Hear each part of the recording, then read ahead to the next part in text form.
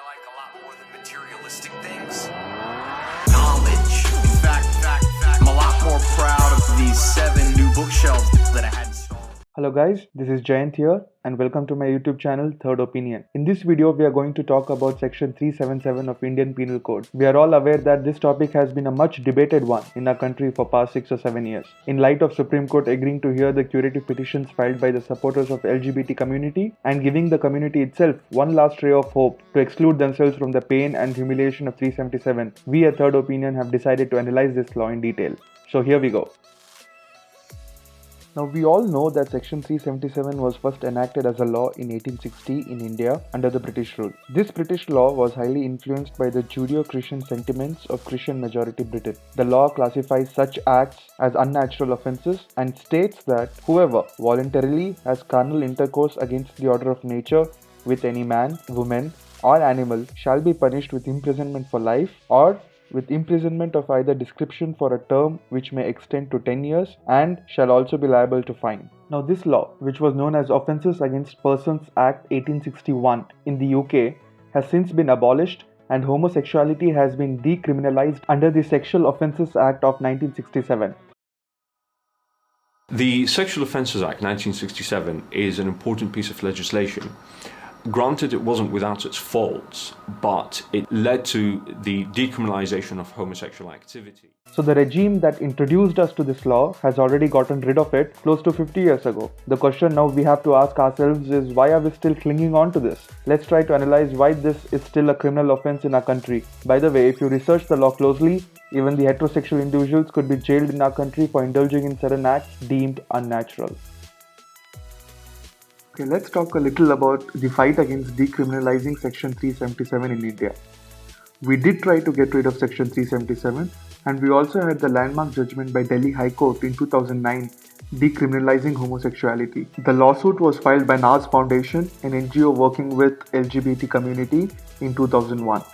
They claimed that 377 violated Articles 21 and 14 of Indian Constitution and 12 of ICE SCR. In brief, they claimed that criminalizing homosexual activities would invariably become a hurdle in tackling HIV/AIDS in the country, as homosexual people suffering from the same would not report or seek medical assistance due to the fear of being jailed or social annihilation. It took them close to 9 years to get the judgment, and it was a victorious one at that. But the victory was short-lived, as various religious and political groups and not the government or the Attorney General appealed against the verdict in the apex court. In December 2013, the Supreme Court recriminalized homosexuality and gave the option to the Parliament to completely scrap it. Now many curative petitions have been filed in Supreme Court against their verdict of bringing back 377, and they were also heard in open recently. So there is still a ray of hope for the LGBT community as the apex body is deliberating and debating on this law. Rest assured, we seem to be in good hands as the case is being fought for the community by senior and experienced advocates like Kapil Sibal and many more.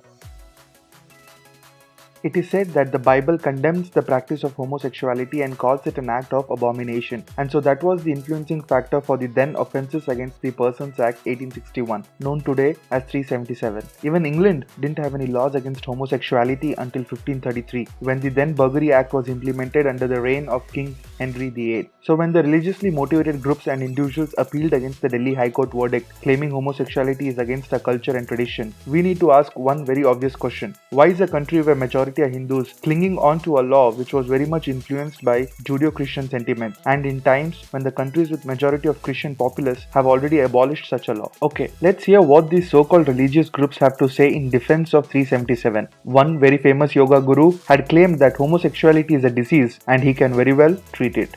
अलग है हमारे संस्कार, ये जो थोड़े से gauge हैं, ये जो होमोसेक्सुअल हैं, ये थोड़े से भटके हुए बच्चे हैं। अच्छा। जिनको हम अपने तरीके से ठीक कर देंगे। सचमुच में मैं कह रही हूँ, ये नहीं कि खाली दिखावा है, बाबा जी ने खाली कह दिया, प्रैक्टिकली हम करके दिखाएंगे कि उनको हम कैसे सुधार सकते हैं। एक वर्ग जो बिगड़ा हुआ है उसको सुधार। कितने हफ्तों महीनों का होगा ये कोर्स? ये कोर्स हम मेडिटेशन से और ये सब हम मतलब कोई टाइम पीरियड है 6 महीने का कोर्स? 6 महीने के अंदर क्या 3 महीने से शुरू हो जाएंगे बस। अच्छा, पक्का। हमें दे दो आप 4-5 विद्यार्थी ऐसे जो भी हैं जो बहुत दुखी आत्मा है, ये इनको हम To verify the claims made by Baba, we first have to try and understand whether homosexuality can be considered as a disease or not. To do so, let's take a look at what Sigmund Freud, father of psychoanalysis and one of the most influential thinkers of 20th century, had to say about the same. According to him, homosexuality cannot be classified as an illness, and also there shouldn't be any shame attached with being one, as many great men like Da Vinci, Michelangelo and Plato were gay. Let's also have a look at what Dr. Evelyn Hooker, a pioneer in modern scientific research on homosexuality, has to say about the same. Dr. Hooker conducted the first ever empirical study on homosexuality and concluded that homosexuality cannot be classified as a clinical entity and it is not associated with psychopathology. Through this study, she laid to rest a very popular myth that homosexuals are less mentally healthy than heterosexuals. According to her, being gay is just as healthy as being straight. According to the American Psychiatric Association and also American Psychological Association, homosexuality cannot be considered as a disease. Even World Health Organization has removed homosexuality from their list of mental disorders.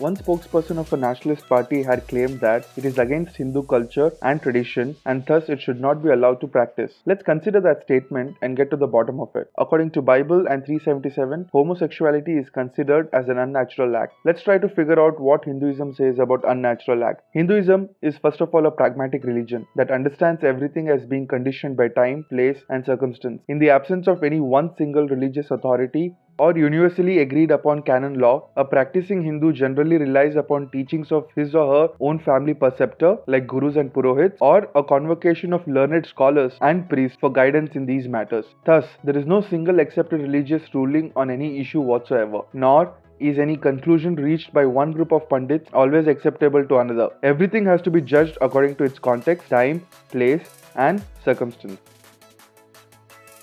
So why the social stigma attached with homosexuals in our society? One can ask. Further research tells us that ultimate tension in Hindu society is not between heterosexuality and homosexuality. It is between sexuality and celibacy. The major concern of Hindu family legislators is procreation of numerous offspring sponsored by a well-structured extended family system. Any form of non-procreative sex, heterosexual or homosexual, was seen as a deviance from this theme and discouraged. Although non-procreative sex was generally not approved of, it was nevertheless tolerated as a social phenomena. So unlike Christianity, Hinduism doesn't have a natural law.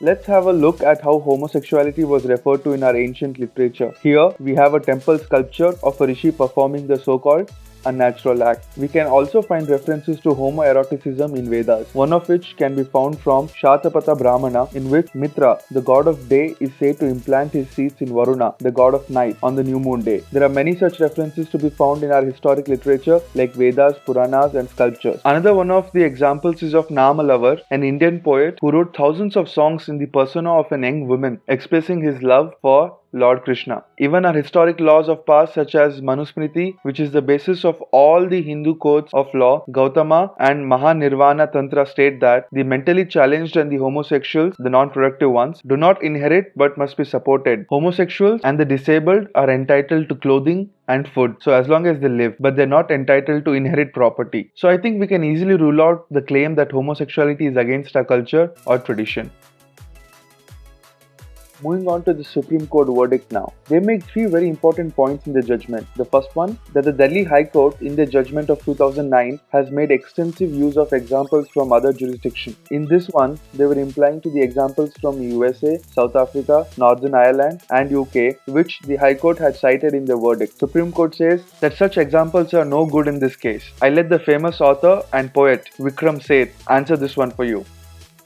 As far as this particular judgment is concerned, it makes this curious claim that foreign jurisprudence cannot be adduced in the logic of their own explanations.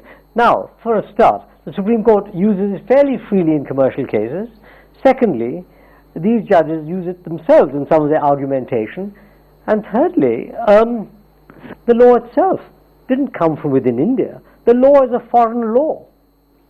And by the logic of what they are saying, they ought to struck down the law rather than object to the fact that foreign jurisprudence is being cited. Well, certainly there's an irony involved in it. But the main point in this particular case is this. The reputation of an institution, especially a judging institution, depends upon the cogency of its arguments, not upon whether they come from inside or outside. As Muhammad is supposed to have said, seek for truth even if it comes from China. Now, to arbitrarily cut off cogency of argument because it's a South African or some other judgment is just plain silly. The second point that the Supreme Court made was that only close to 200 people have ever been convicted under the Section 377, and that's a very small number for this country and for them to modify this law. Now my question to that is, isn't it Supreme Court's foremost duty to protect any and all of its citizens and their fundamental rights, most importantly, right to choice and freedom? And it's not just about being convicted or booked. What about thousands and thousands, if not millions, of homosexuals being harassed by their employers, the police, their friends, and the society? Who will take the responsibility for that? Let's take the story of Professor Sirus, a professor in Aligarh University who was suspended from his job, thrown out of his allotted home, and even the doctors denied to treat him when they found out that he was gay. His journey has been beautifully depicted in Hansal Mehta's movie Aligarh and brilliantly portrayed by Manoj Bajpayee. If you have not seen it already, please watch it to understand the kind of social alienation homosexuals are subjected to in this country. The third and the most important point, the court said that it has just merely pronounced correctness of the views as considered by the Delhi High Court and has found no infirmity in the aforesaid mentioned law. But the most important point is, it gives the Parliament of the country an option to either completely scrap the law from the Book of Statutes or amend it. And since it was the election year, not a single representative tried to bring any such amendments to the law. Recently, Shashi Tharoor, again very conveniently post-elections, tried to bring an amendment to Section 377, which was voted out even without any deliberation. Supreme court के ही judgement के आधार पर मैं इसका विरोध करने के लिए खड़ा हुआ हूं. Supreme Court, rather than upholding the section, actually said that the onus is on the competent legislature or parliament, and I quote, to consider the desirability and propriety of deleting section 377 IPC from the statute book or amend the same. What I am doing is following the direction of the Supreme Court. I am proposing an amendment of the same. I am not deleting it. Therefore, sir, I beg leave to be allowed to introduce. The question is that leave be granted to introduce the bill. Those in favor may say aye. Aye. Those against may say no. Aye. I think that... Now division. Subject to correction, the result of the division is ayes 24, noes 71. Leave is not granted. Recently, even Arun Jaitley has made a public statement saying that Delhi High Court verdict was probably the right one. With the onus now on the representatives of this country and Apex Court, which has referred the case to a bench as of today, we can only wait and hope that normal people like me and you are no more harassed in this country due to their sexual orientation.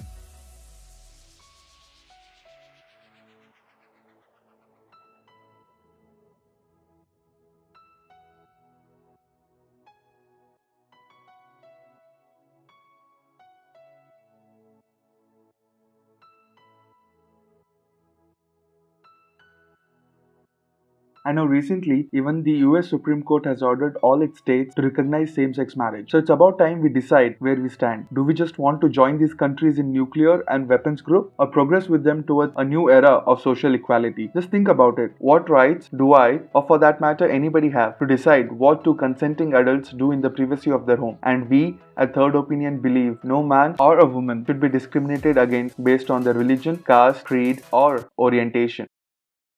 Well, I mean, it's a difficult thing to say. I, luckily or unluckily, have, an experience of both being in love with, a man at one time, or men and women as well. But the women part of it is irrelevant for this discussion. Let us just discuss the aspect of gay. It took me a long time, and I come from a fairly liberal and enlightened family, to come to terms with that.